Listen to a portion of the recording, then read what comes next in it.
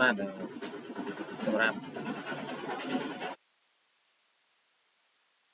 បាទជំរាបសួរលោកគ្រូថ្ងៃនេះបង្ហាញវីដេអូមួយទាក់ទងនឹងរបៀបនៃការយក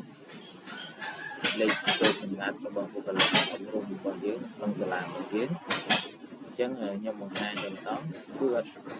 នេះទេអ្នកគ្រូចូលមកកន្លែងរបាយការណ៍មក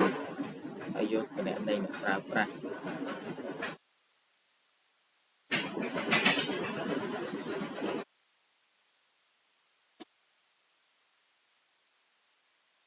ពេលនោះមនុស្សទាំងបែបហ្នឹងអ្នកគ្រូមើលកន្លែងប្រភេទអ្នកប្រើប្រាស់អញ្ចឹងភាសាថាយើងមានគ្រូនិងអ្នកគណៈគ្រប់គ្រងយើងគ្រូមកហើយយកពាក្យថាធ្វើមកបាយការនេះលេខកូដសម្ងាត់របស់គ្រូដែលនេះលេខនៃគាត់នេះលេខកូដសម្ងាត់នេះលេខកូដសាលានេះចានេះគឺជា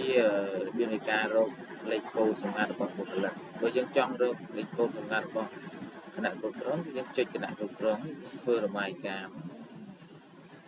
នេះរបស់គាត់បាទគេពូដើម្បីមក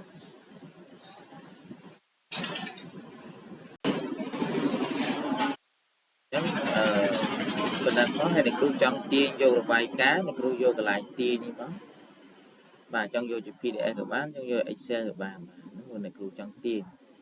អញ្ចឹងមានតែប៉ុណ្្នឹងឯងលោកគ្រូអ្នកគ្រូ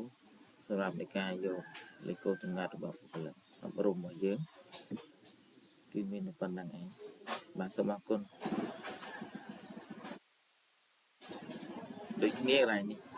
ទាញយករបស់គ្រូក៏បានដែរ